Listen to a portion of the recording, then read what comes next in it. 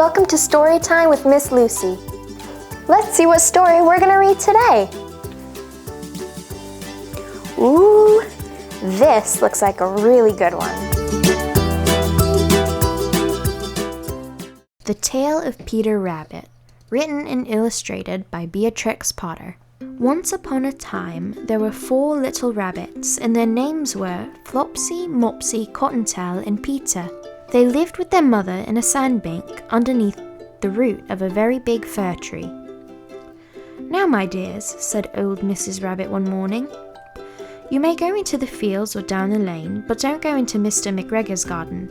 Now run along and don't get into mischief. I'm going out." Flopsy, Mopsy, and Cottontail, who were good little bunnies, went down the lane to gather blackberries. But Peter, who was very naughty, ran straight away to Mr. McGregor's garden and squeezed under the gate. First, he ate some lettuces and some French beans. Then he ate some radishes. And then he went to look for some parsley. But round the end of a cucumber frame, whom should he meet but Mr. McGregor? Mr. McGregor was on his hands and knees planting out young cabbages, but he jumped up and ran after Peter, waving a rake and calling out, "Stop, thief!"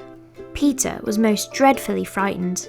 He rushed all over the garden, for he had forgotten the way back to the gate. He lost one of his shoes among the cabbages, and the other shoe amongst the potatoes.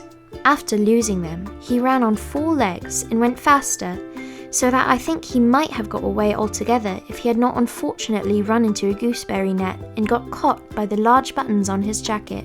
It was a blue jacket with brass buttons, quite new. Peter gave himself up for lost and shed big tears. Mr. McGregor came up with a sieve, which he intended to pop upon the top of Peter, but Peter wriggled out just in time, leaving his jacket behind him. He rushed into the tool shed and jumped into a can. It would have been a beautiful thing to hide in if it had not so much water in it. Mr. McGregor was quite sure that Peter was somewhere in the tool shed, perhaps hidden underneath a flower pot. He began to turn them over carefully, looking under each. Presently, Peter sneezed.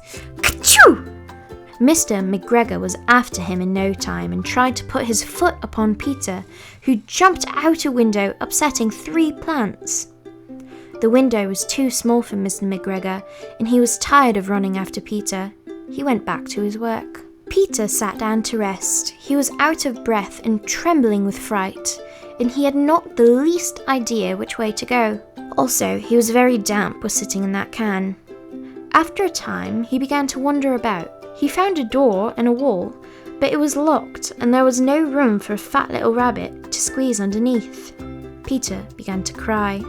Then he went back towards the tool shed, but suddenly, quite close to him, he heard the noise of a hoe. Scritch, scratch, scritch. Peter scuttered underneath the bushes. He came out and climbed upon a wheelbarrow and peeped over. The first thing he saw was Mr. McGregor hoeing onions.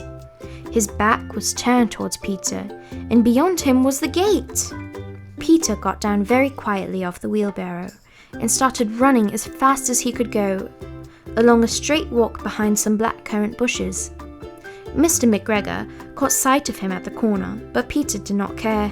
He slipped underneath the gate, and it was safe at last in the wood outside the garden. Mr. McGregor hung up the little jacket and the shoes for a scarecrow to frighten the blackbirds.